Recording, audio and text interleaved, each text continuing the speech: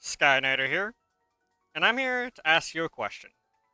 Do you like fighting games? Yes? Then good for you. You deserve a cookie. If not, well, too bad. You still deserve a cookie.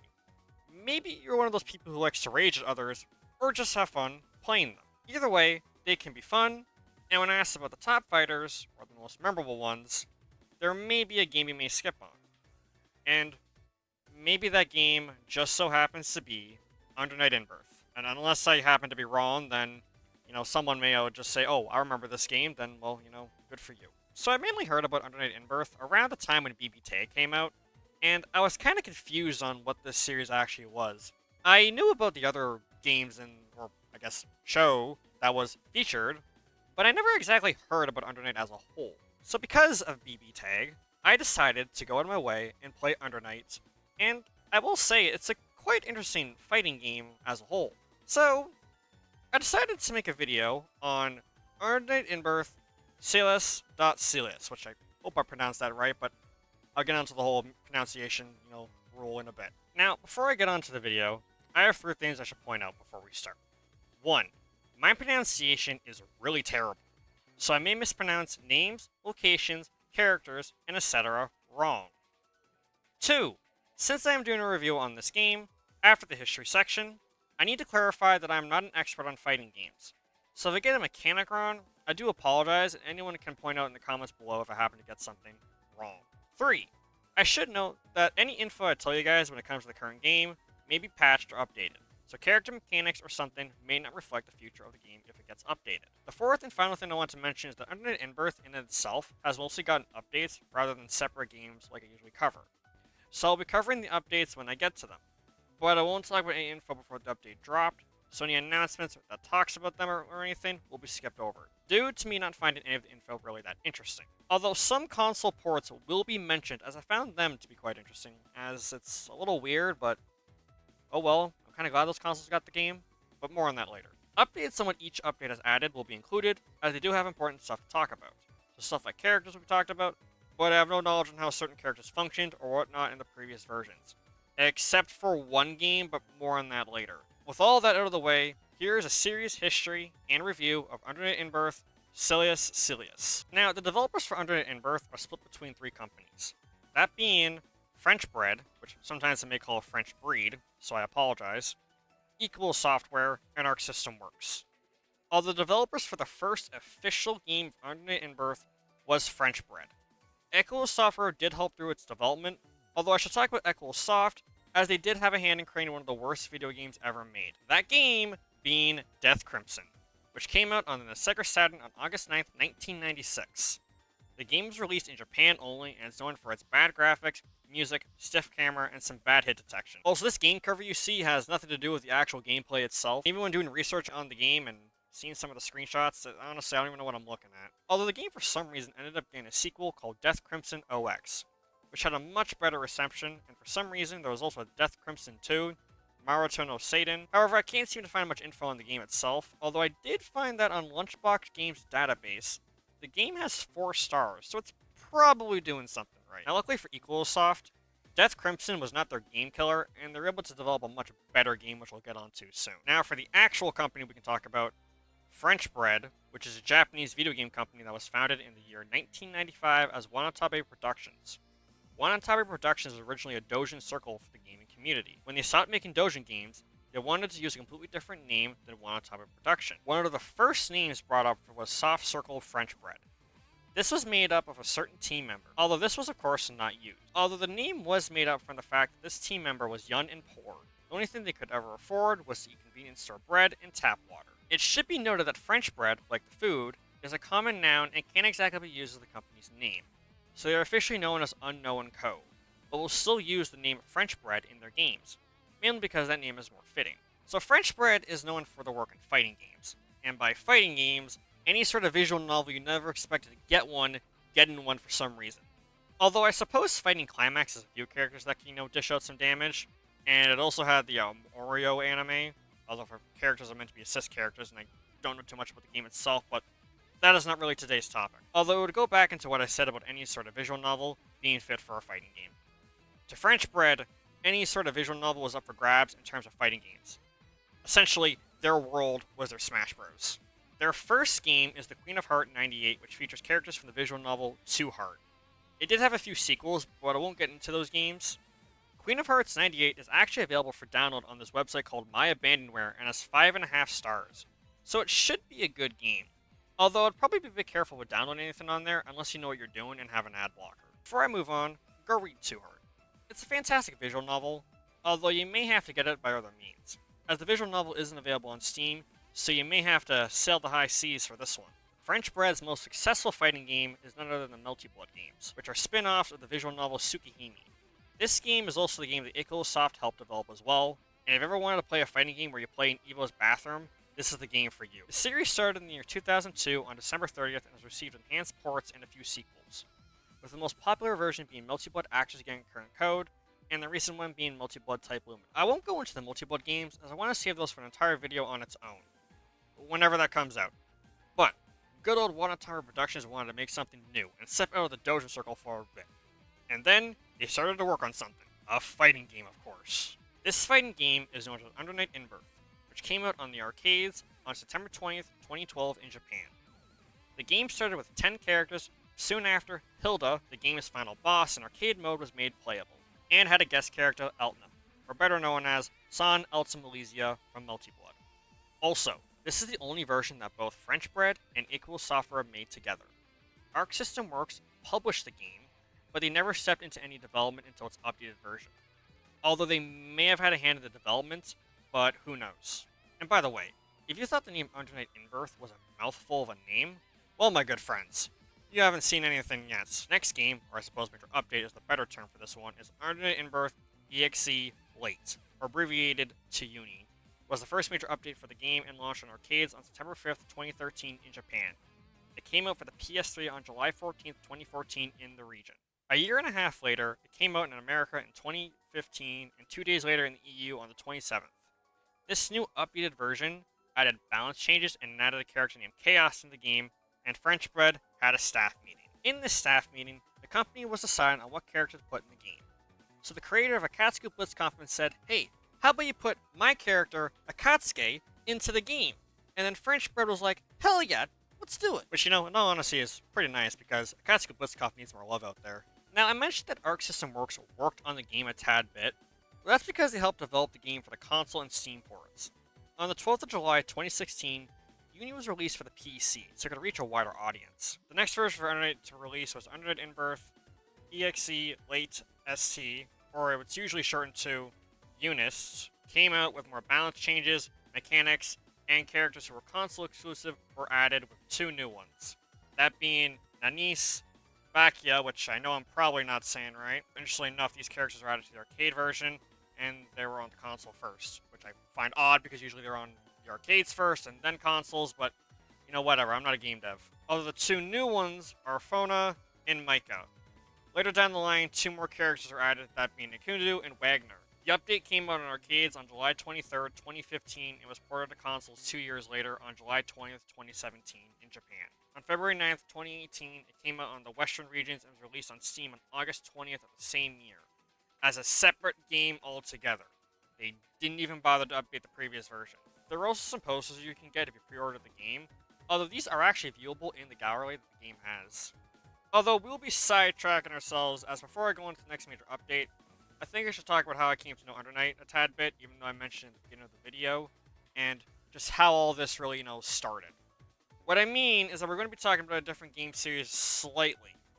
That being, Arc Systems Works, BlazBlue, Cross Tag Battle, or from what I heard from some people call it BlazBlue, but I suppose either works just as fine, is a spin-off game featuring characters from the series BlazBlue, Alice's Persona 4 Arena, and French Bread's Undernight In-Birth, as well as other companies joining with the franchises as well. Team Arcana, previously known as Examu, Arcana Heart, Marvelous Entertainment Center Kagra, Subdistyles Akatsuki BlitzConf, and Rooster Teeth series Ruby, for some reason. The game is a 2-on-2 fighting game where you have the ability to do combos, switch characters in battle, make tag combos, etc. The gameplay is completely different from BlazBlue, Persona 4 Arena, and Undernight In-Birth, but some of the previous mechanics are in the game and revamped. So basically, what they did is they just got some of the mechanics from each game and combined them all together into like one game. But the reason I'm bringing this game up is because this is what introduced me to Undernight as a whole. And by that, I own this game on the Nintendo Switch, but I also own it on my PC, which I played on it mostly. EB Tag was definitely going to be an interesting game, and upon its release, it was actually pretty fun. But there were some issues with the game. Mainly, its DLC problem. However, there were also some balancing problems, mainly with Yumi and Adachi being very powerful. Also, there being a total of 20 characters, with 33 of them being locked behind DLCs, with 2 of them being free, that being Blake Belladonna and Yan Zhao Wong. Also, some people didn't like the auto combo feature that the game had, although it is what it is at the end of the day. The game's DLC costs a lot of money. And when I mean a lot of money, I mean a lot of money. Although you don't really need to buy them, but you are missing out if you do. I would have honestly ditched the game if it was not just fun to play sometimes, and the devs mostly abandoned it, with version 2.0 being the last update. Although bringing in a Katsuki Blitz comp was nice, and it did make me and a few of my friends return to it for a bit, but that update was almost 4 years ago. Rollback netcode did revive the game, though, so that's nice, but as it stands, this game has pretty much remained dead. Pick this game up on a sale. Although now I can get back on topic to the next update to Eunice. You see, back in 2018, Eunice was featured on the EVO lineup for 2019 and would receive one final update for the game. That update being Undernight In-Birth EXE Late CLR, or shortened to Unclear, was the third and final major update to the game. It came out on February 20th, 2020, worldwide, and featured balance changes and one new character called Landreek. This is also the very first Undernight game to be available on the Nintendo Switch. The PC version came out on March 27th, or was updated to that version. However, Unclear was also entering early access on Amazon Luna on the 21st of January, 2021, as part of its Luna Plus program. Well, first time for everything, I guess. No, like, seriously, imagine going to a friend's house and playing Undernight In-Birth on Amazon Luna. It would be a weird thing. Or even better, someone comes to EVO and they're like, yeah, I play on Amazon Luna. It's just, awkward. And I just never anticipated it to ever, be a thing. And it came out on Sega's AllNet PRAS multi-arcade cabinet on the 15th of April. I assume the same year as 2021, but someone is free to say otherwise. I wasn't given an exact date on the year. Also, this is the only time I'll mention console ports, but for some reason you can buy the upgrade on PS3 and the PS Vita. I don't see why they wouldn't just update the game or just leave it as it is, but who knows. I mean, I don't see a pro player popping up at EVO and showing off a PS Vita and playing it with that as their controller or whatnot. Even though that's not technically possible. Unless someone actually went and did that, then that's honestly amazing, but who knows. Although both the PS4 and Switch versions sold at least 1,700 units upon release and could not even get into the top 30 sales for the rankings for Famitsu. So that only means one thing. Undernight, for all intents and purposes, was a Discord fighter, which was not a bad thing on its own. However, it had one issue. Its netcode. Now, I can get onto the big issue that's plagued this game for years. Undernight's netcode. Across all versions of the game, it was absolutely terrible. And this really sucked that this was the case, as it was a fantastic fighting game on its own. French Bread said that they would redo the online functions for the game by implementing GGPO, and most people thought this was sketchy, but it was updated and was decent. The only thing the game really had going for it that was new was, of course, the new character Landreek, which was 1029 CDN for him, a song, and a stage. Oh, and he also appeared on the front page of the game's star page on Steam, so some people were probably led to believe that he was in the base game. So, that was nice. Other than that, on 2021, on September 21st, French Bread's director Nobuya Narada and composer Ryoto on Twitter confirmed that a new installment to the Uni series was in the works. And then we go into EVO 2023, Undernight In-Birth II Sys was announced. I pre-ordered the game for some reason, and on the day of its release, I got to witness the game bugging out when trying to go full screen, region locked online, which apparently was a bug in the game that the devs stated they would patch on Twitter and was fixed a day later. So, fun. Well, the online worked for the most part thanks to rollback netcode for one match that I played, so there was that at least. Although I want to talk about online later though, so for now we can talk about the game itself. Undernight In-Birth II Sys, which came out worldwide on January 25th, 2024. Although the Steam store page said January 24th for some reason, so we are already off to a good start on things to come, but, whatever. Although if you got the deluxe edition of the game, you got to play it on January 22nd, but this is for PS4 and 5 only. PC was a second thought, but like I said, more on that later. Oh, and the Nintendo Switch, I got a version 2. Amazon Luna got left out this time, though. For now. So, how's the game? Well, I'll say this, it is fun, but of course there are some issues, mainly because the PC port's a little bit sloppy in some areas, and online is okay. I'm trying to keep myself updated on the whole online presence for the game. Some people have actually complained there are some issues with it, but others have said it's like alright.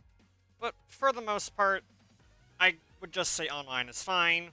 There's no more region lock netcode, thankfully, so, there's that. Apparently, some people also said that the DLC did not work when launching the game for the first time, when you got the pre-order bonus DLC, but I can't really attest to this, and I don't know if this has already been fixed, but I'm going to assume it has been.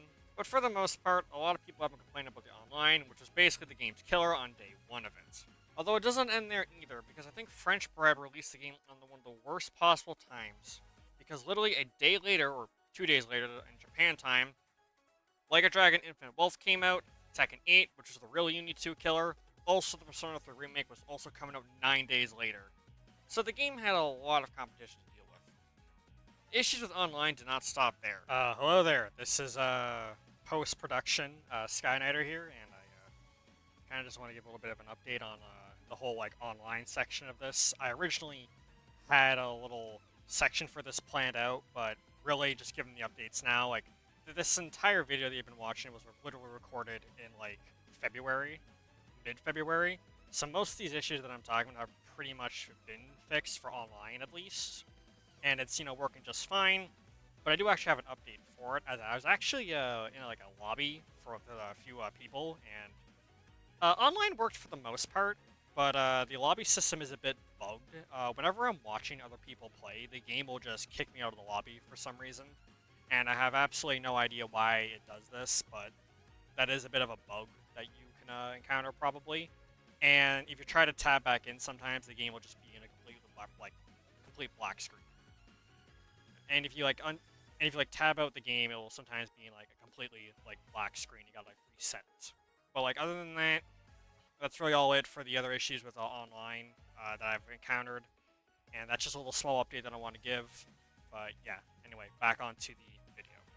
Now, I may be talking a lot about this game negatively, but trust me, I don't want to. Because the game is actually pretty fun. I really do enjoy the characters' movements, and some of the combos feel fun to pull off. The game now has simpler mechanics to pull off and relies on auto combos, so it's simple to pick up, for those who are not experienced with fighters. Although you should be able to tweak the controls for your liking if you're someone who is experienced with fighters, you don't have to play the previous entry either, so you can jump into this one without prior knowledge. Also, Uniclear did have an auto combo system, I should at least point that out, but it's more simplified here. There are a total of 24 playable characters in the game, with 3 new ones joining the roster so far. Some characters have new moves that they can pull off, which adds to the flair of some of the characters. Although I should at least explain some of the mechanics of the game, as best I can. Besides your light, heavy, and medium attacks, there's a grind system in the game, or GRD for short. You may have noticed this meter on the center of the bottom of the screen. That's the GRD system.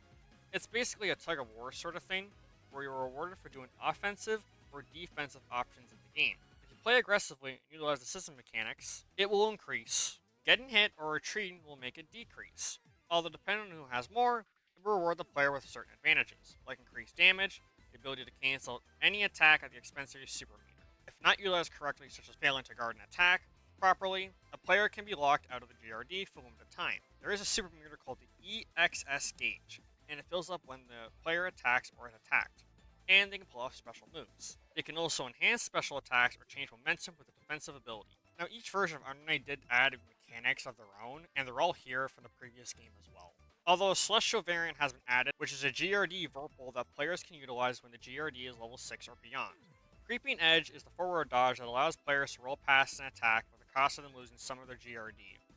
It will also shield incoming attacks while moving the character forward, although they are still vulnerable to grabs. New force functions have been added and they have different inputs for each character. There's also a custom coloring mode where you can change the colors of a certain character color set that the characters have. This was taken from the multi-blood type Lumina, which I found pretty cool. So if you like a certain hair color on a certain character, but hate the other colors on it, then you can put it on another color style. You can do this for other parts of the characters too. The options are endless. Overall, the game is fun and I like playing it. Will Uni 2 suffer an even worse fate than Nuclear? Well, only time will tell. And it's really up to French Bread if they really want to keep the game going. But I think they're doing just fine as is, and they're still getting updates out. Like I said, only time will tell, but I think we're on a good track record so far. Other than that, that's really it for the video. I'm hoping that Unity 2 will be a success, as I really love the series. It has a unique style of gameplay that I really did enjoy, and the story that the game has going for it is really fantastic. While I never explored the story at all in any way, I do recommend checking it out for those who are lore enthusiasts out there. I hope you guys liked what you saw, and please like the video if you enjoyed it, and subscribe for more future content like this. However, before I go, I do want to make a little announcement on something. You see, my next video, which I'm working on currently, is pretty much confirmed. However, the video after it has not been confirmed. And I have two options, which I'm going to let you guys decide on. You have the option to choose between Persona 3 Reload, where I'll talk about the history of the Persona series and review the game, or you have the other option between Codename Bakery, which is a game that was made by Micah Team, the same team behind Girls Frontline, which will cover that game's history, and Micah Team. So if you want a specific video, then please vote on the poll below. You have at least 2 weeks to decide on what video I shall be doing, so vote now. Other than that, my name is Skyknighter, and I shall see you guys in the next one. Have a nice day.